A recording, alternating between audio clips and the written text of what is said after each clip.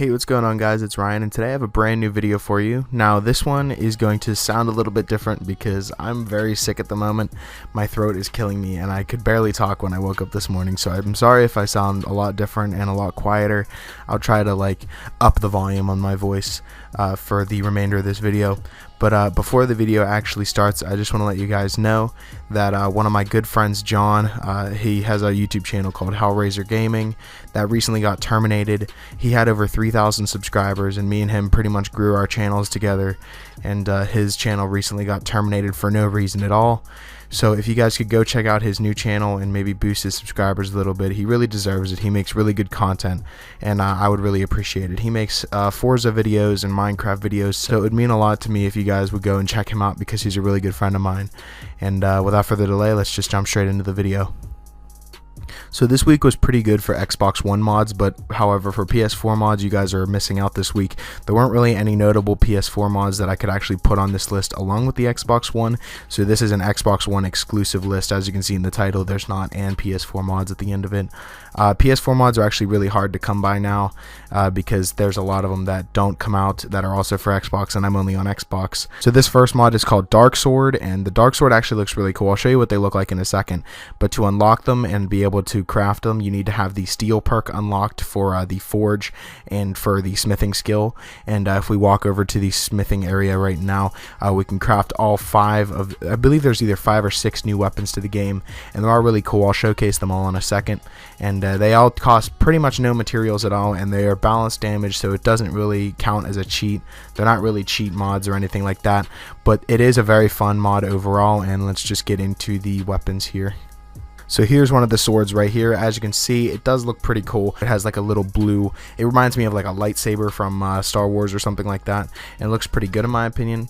And there's also a dagger. I think the dagger looks really nice. It looks very different from all the other daggers in the game, and it's definitely something new that is brought to the table. And moving now on to the next weapon, we have the great sword. I think the great sword looks really cool. It has like a little lava flame effect, and you can swing it in all kinds of certain ways, and the blocking looks really cool, and I really like the color that's on it. Next up, we have another sword here, and this sword kind of reminds me of Umbra from Oblivion. If you guys have played Oblivion, I really liked the Umbra sword from there, and it was like really shiny. And now moving on to my favorite sword. This one has like a little ball in the center, and it's like, it really looks cool. I think the way that they shaped it looks really awesome. And you know, that's all the weapons that we have for this mod, and I strongly recommend downloading it. It's a really good one. The next mod we have here is called the Berserk Judeau Armor mod, and it's by TFBO, and it's basically the same exact thing. It's under the steel section, and you go under that, and you can craft a whole bunch of different armors. These are actually very customizable, and you can actually have capes too, which I thought was really cool, and doesn't come with many armor sets. And you can wear the cape, and there's also a cutlass that can't be used, but it is showcased on your back, and you can, you know, have it on the back of your character, and it looks really awesome. So I'll show you what that looks like now. So as you can see, I am using a male character. It does look different for female. They're not the exact same, but you can craft it pretty much any way you want, and there's a bunch of different like customizations of the armor that you can do, and there's a wide variety of different armor that you can wear in different sets that have different pieces and stuff like that. So it's a really cool mod, and it looks really awesome, and I strongly recommend downloading it. The next mod that we have here is called House Nocturnal. Now I really like this mod because it is a house that adds 4 brand new areas to the game. There's the house, there's a crafting shed, there's a cellar, and then there is a little shrine that you can go into. I'll give you guys a special tour here in a second, so let's just come on in on the front of the house. It's in Riverwood, right across the river. You can't miss it. We're going to be walking inside now. Now as you can see, as we enter the house, we have a nice little living area right here, along with a staircase that leads upstairs to the right.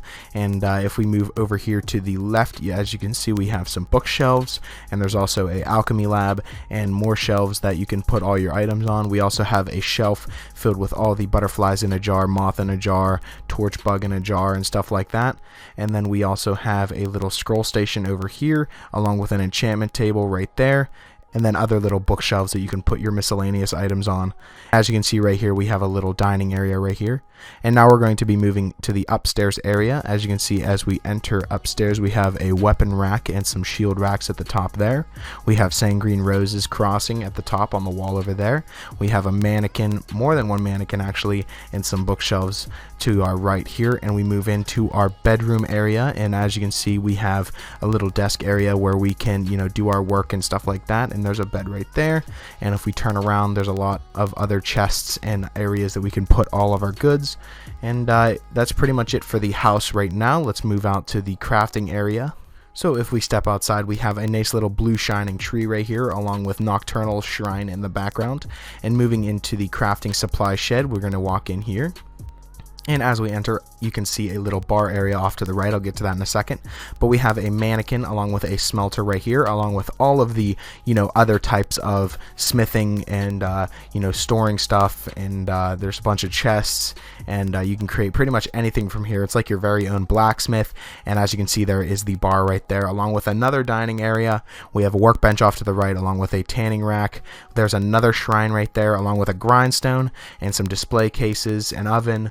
And, you know, everything that'll suit your crafting needs is in this little shack here. So now moving on underneath the house, this actually took me a while to spot. We have a little cellar area over here. And if we go down this staircase right here, as you can see, we have some shelves with some alchemy ingredients on it. And we also have another butterfly in a jar, which I can never get enough of those things. Those are really cool to have. And it's a little place underground where you can get some extra alchemy ingredients and, you know, store some more things from your house. Now moving on to the outside, we're going to be walking around over here, and as you can see, we have a cow in a little pen. And if we look over here to our right, we have a little bridge that leads across this little lake, and on the right over here we have a little goat pen with my goat stuck in the fence. I don't know why he's over there.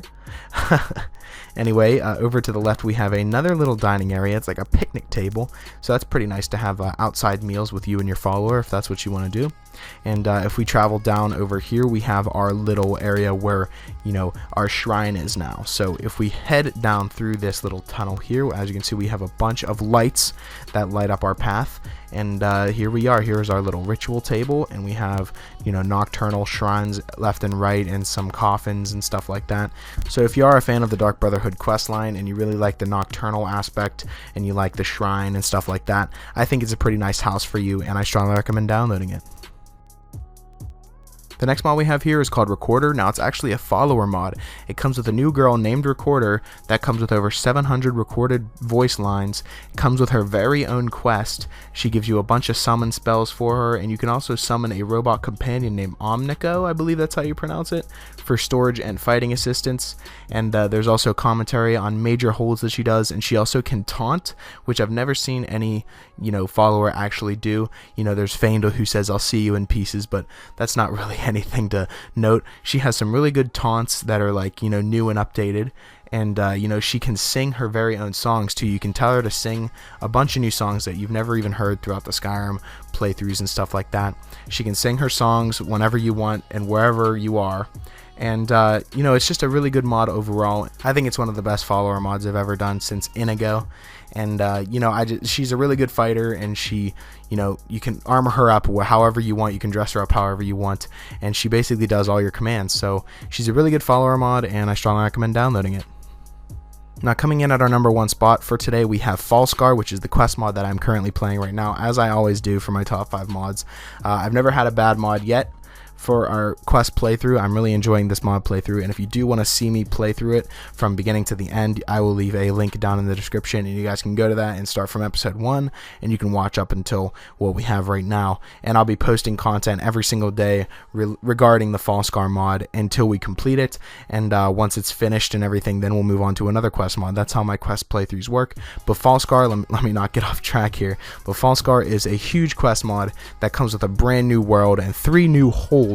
And as you can see, we have the map right here, and it comes with an entire new Skyrim map, and it's a whole huge realm that you can explore, and there's a bunch of new locations. It's like an entirely new game, and it feels brand new, and it doesn't even feel like you're playing the original Skyrim. It feels like it's a little add-on, such as Dawnguard or something like that. It feels like something that's not actually part of the game. It feels like a downloadable content that, you know, is made by fans and is made by, you know, the modding community. So I think it's definitely one of those mods that gets you thinking, wow, like the fans that can create mods and stuff like that definitely outdo themselves in quest mods, because this adds a whole new story. I believe there's like 17 new main quests and stuff like that, with a bunch of side quests and stuff like that, and it's a whole new world, a whole new realm to explore, and you know, it's just endless. And I'm kind of, you know, speechless when it comes to walking around this place, because it feels like a whole new place. So I strongly recommend downloading it because I really enjoy it. So that is pretty much it for this week of the top 5 mods of the week. Hopefully you guys did enjoy, and if you guys did, I would appreciate it if you left a like and subscribe if you knew. It helps me out a lot. And I've been trying to do this over and over, and I can't really sound more enthusiastic as I do right now. I mean, I'm really trying to record this, but my throat is just killing me and I can't really talk that much. But I'm still pulling through with you guys, and I'm gonna be making more content every single day, whether I'm better or not. So hopefully you guys did enjoy this video, and expect new content tomorrow and daily and so on and so forth. So hopefully you guys did enjoy, and I will talk to you guys later.